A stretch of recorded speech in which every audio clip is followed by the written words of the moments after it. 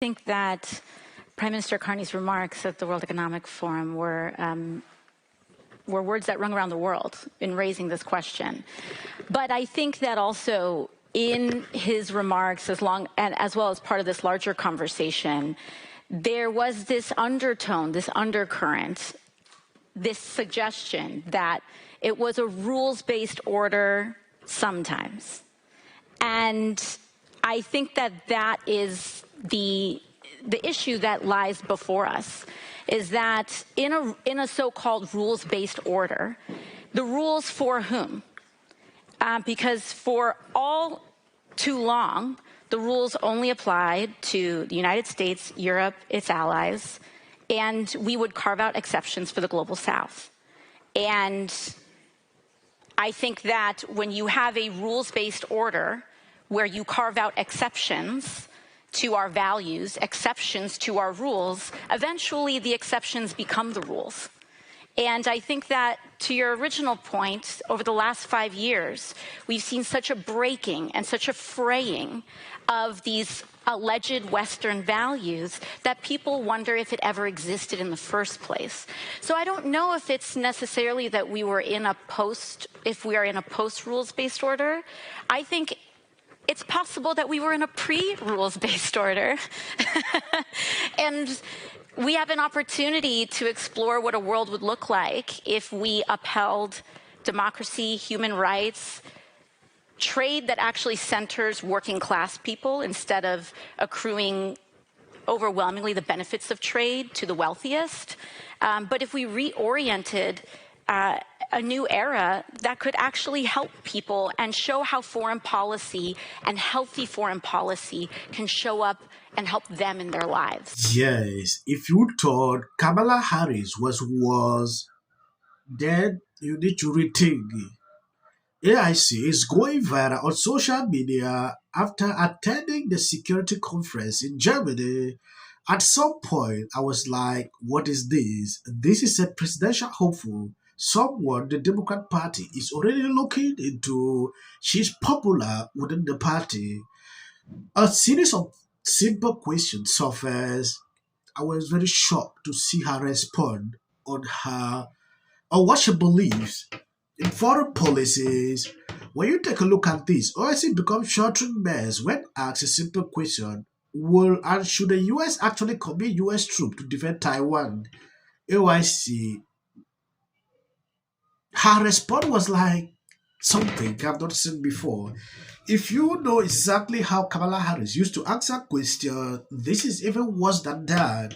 And it is important we take an exclusive look into this. For some time now, I don't always report videos like this, but I see this to be very important so we can look into. Would and should the U.S. actually commit U.S. troops to defend Taiwan if China were to move? I think that this is such a, I think that this is this is, of course, a very long-standing policy of the United States. And I think what we are hoping for is that we want to make sure that we never get to that point. And we want to make sure that we are moving in all of our economic research and our global positions to avoid any such confrontation and for that question to even arise. Last to first, I think this is a moment where we are seeing our presidential administration tear apart the transatlantic partnership, rip up every democratic norm, and really calling into question, as was mentioned by David Carney at the World Economic Forum, the rules-based order that we have, or question mark, do we have? And so I think one of the reasons why, not just myself, but many of our colleagues here, in fact, many Democrats that are here as well, is because we want to tell a larger story, that what is happening is indeed very grave. And we are in a new era, domestically and globally. There have been many leaders who've said we will go back. And I think we have to recognize that we are in a new day and in a new time. But that does not mean that the majority of Americans are ready to walk away from a rules-based order and that we're ready to walk away from our commitment to democracy. I think what we identify is that in a rules-based order, hypocrisy is vulnerability.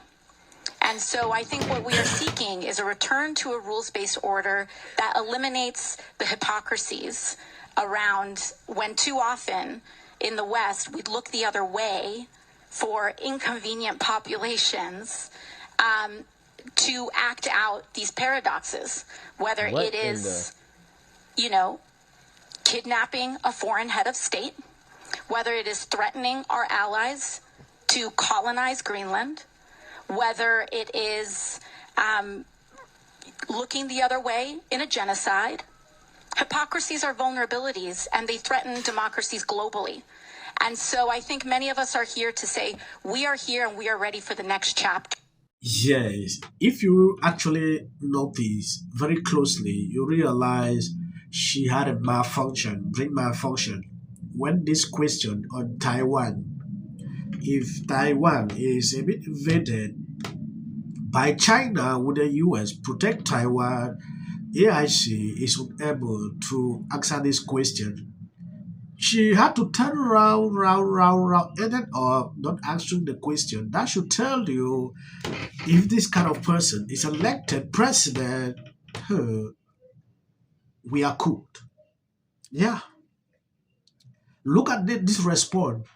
This is a question you are not supposed to even blink. You just answer directly and go to another question. But she is here doing this. At some point, I don't know, if someone like this is running for president and you see people coming, oh, America is not ready for a woman president. When I see people making this kind of comment, I usually wonder, because at some point they don't understand. These are really questions that expose everything, that bring out what someone like this can do. In this security conference, not only AIC, I saw Gavin Newsom. He was part of this.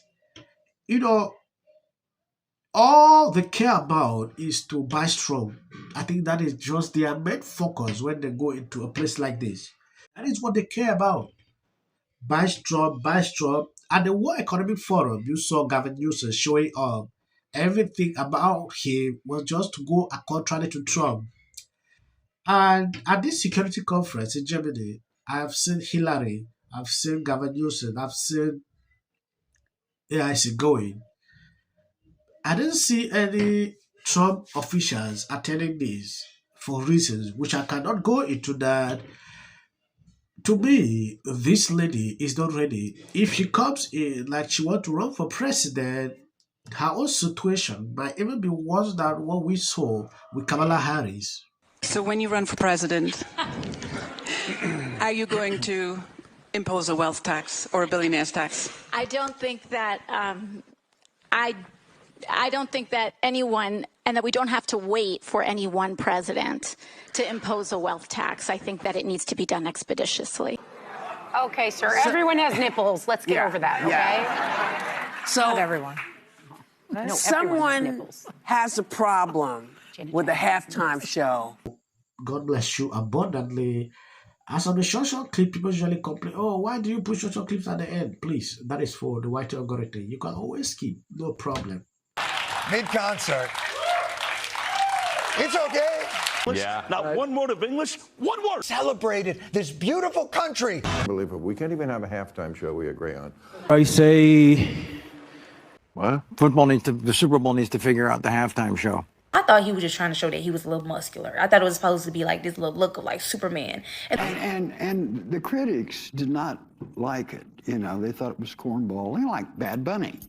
Back to what you started with, which is, you know, these pronouncements from celebrities who I've heard. Did you not redact? Might be the most depressed person in America. I mean, I'm gonna say eyes out. Gervais once told the award show crowd, Don't use it as a platform to make a political speech. You're in no position to lecture the public about people. A person's home, it's very easy to understand. When I look at that video, I don't see both sides in a dogmatic. The Golden Globe for Best Editing goes to the Justice Department. This is for her. This is for the people in the United States who are terrorized and scared today. Yes. Of course, this is for the mother. Babies are upstairs watching. Y'all better be up them damn phones and watching me. Them. Thank you, everyone. I'm a little in shock. In which the president had made no comment. When people ought to have. Yes. Absolute horror. Hi, Mel Gibson. I'm in Italy. There is a quota system. This is my 6th and last year hosting the Grammys. Song of the Year. Congratulations, Billie Eilish. And we are a community here today.